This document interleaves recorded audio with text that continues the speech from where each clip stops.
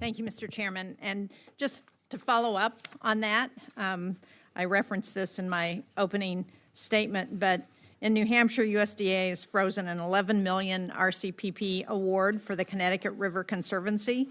It's a project that has leveraged public-private partnerships for critical ecosystem restoration across the watershed.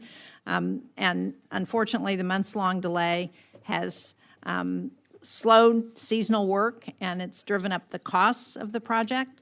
Given that it's been more than 3 months since the administration froze this program, when will USDA release the funding? What is the name of it again?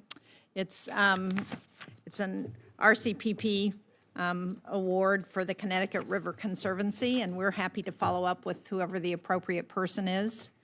And just to follow up on that, one of the things, as we know, that Congress did at the end of last year was to pass disaster funding.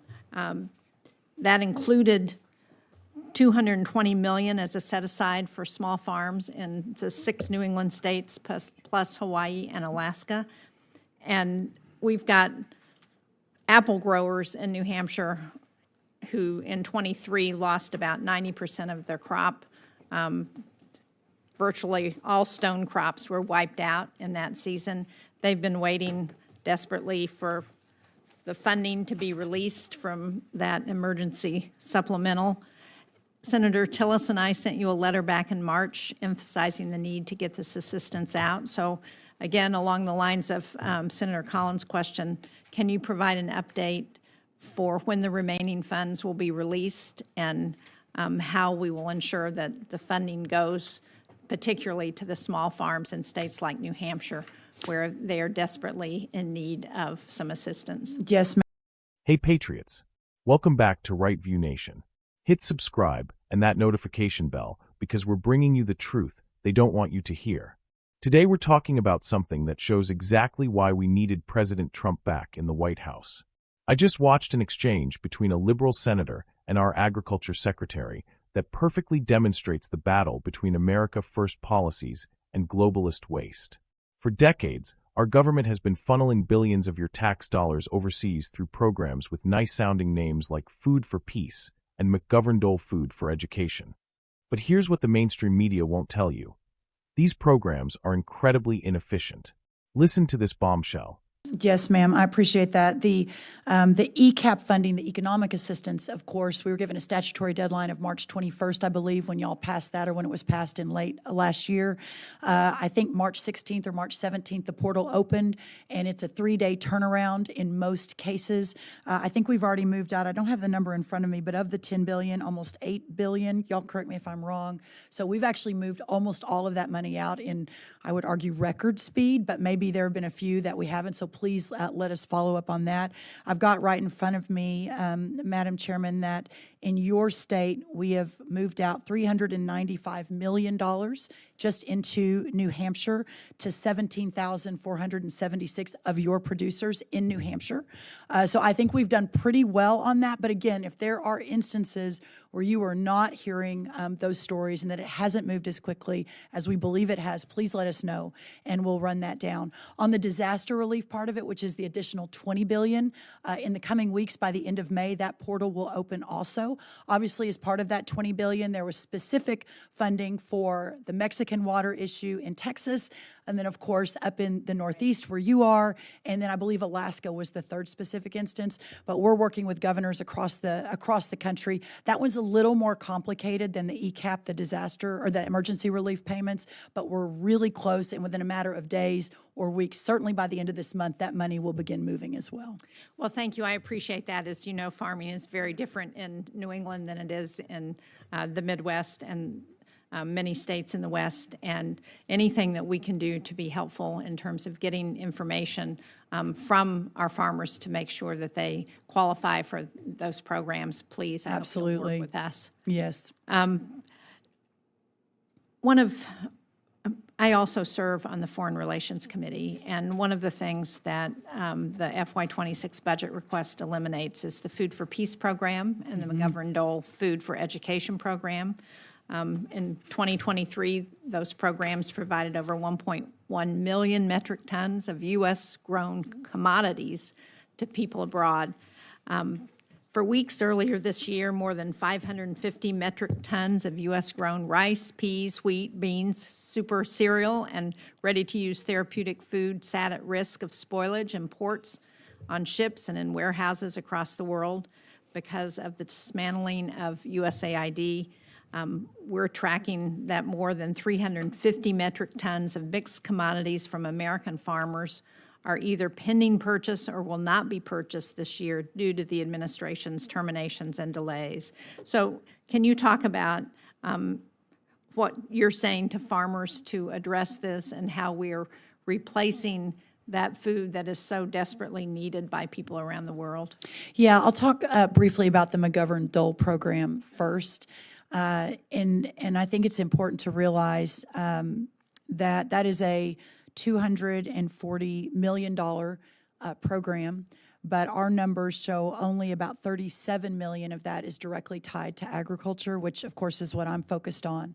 So as we are looking to realign the government, to reorganize, to make it more efficient for the American taxpayer, looking at programs like McGovern-Dole, which obviously all these government programs have a very worthy mission statement with very wonderful intentions, but at the end of the day, are they serving the American taxpayer who is funding them, and are we providing and meeting the metrics of what the original intent was? And without knowing all the details of the McGovern-Dole program, for example, the fact that of a $240 million program, only $37 million is being used regarding commodities, our American farmer commodities. And I don't say $37 million isn't a big number, and especially for our farmers and our ranchers, but I think in the context of what the effort is to ensure that everything we're doing is aligned with the best and highest use of taxpayer dollars, and understanding that the layers of bureaucracy and the administration and all of the money going to lots of other places other than our ag community, that we need a wholesale reapproach to all of it. And that's what, and I realize Senator will agree to disagree on this, but that's what President Trump's vision is. And while we're going through, it's never easy to change the status quo. The easiest thing for us to do is just say, oh, it's great, and we don't want to make anyone mad, and let's just keep moving forward and keep adding money to the programs.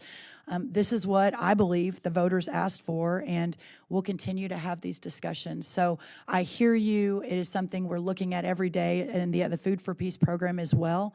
But programs like McGovern-Dole, it's time to really take a deep look and see what we're spending the money on and if it's being effective.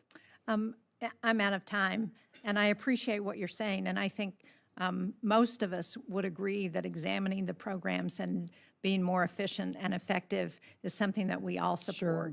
But when we do it in a way that allows millions of tons of food and medicine to rot because we've cut off funding to ensure that that goes where it's supposed to go, that is not efficient and effective. Thank you, Mr. Chairman. Thank you. Our Agriculture Secretary just revealed that out of the $240 million budget for the McGovern-Dole program, only $37 million actually goes toward American agricultural commodities. Where's the other 85% going? Administrative costs, bureaucracy, foreign consultants, the swamp creatures. This is exactly why we elected President Trump. He promised to put America first and drain the swamp. And that's precisely what his administration is doing, demanding accountability for how our tax dollars are spent. Of course, the liberal senator is upset. She's complaining about some food supposedly rotting during the transition. But here's what she conveniently left out. The Trump administration has already distributed nearly $8 billion in aid to American farmers, including $395 million to 17,476 producers in her own state. Is she thanking them for this record-breaking efficiency? Of course not, because this isn't about helping people. It's about maintaining the globalist system that's been enriching the elites for decades. The secretary said something that absolutely nailed it. The easiest thing for us to do is just say, oh, it's great. And we don't want to make anyone mad, and let's just keep moving forward and keep adding money to the programs. That right there is the Washington establishment in a nutshell. Just keep the money flowing. Don't rock the boat. Don't question whether programs actually work. Meanwhile, our national debt explodes, and hardworking Americans foot the bill. Let me be crystal clear. Americans are the most generous people on earth. We should help those truly in need. But there's a world of difference between effective humanitarian aid and wasteful programs that primarily benefit bureaucrats. This is basic economics. Resources are limited.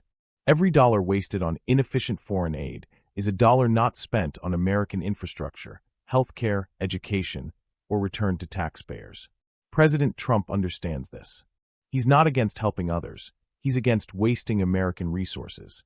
And the establishment can't stand it because efficient government means less money for their pet projects.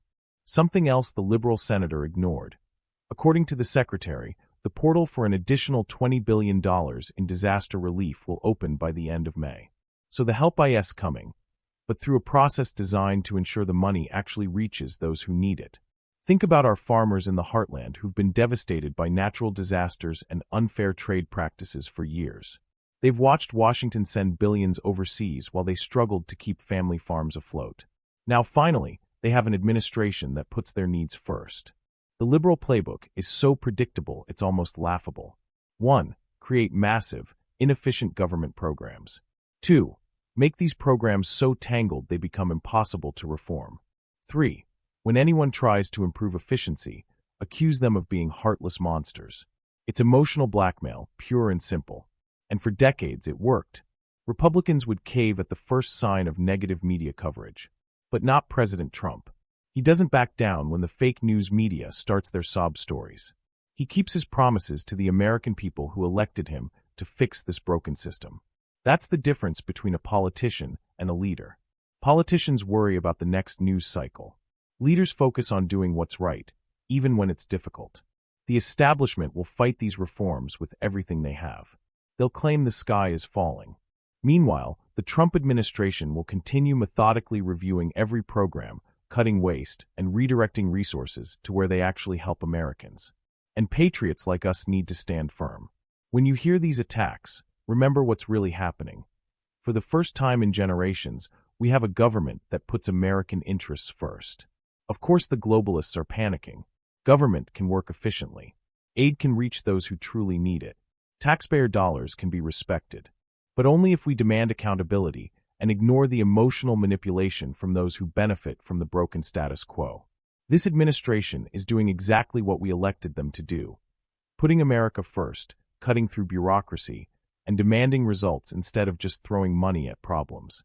Patriots, drop your thoughts in the comments below. Do you support these efforts to make government more efficient?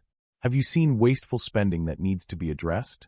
If you found value in today's video, hit that like button, share with a friend, and consider supporting our channel through the link in the description. The mainstream media won't tell this side of the story.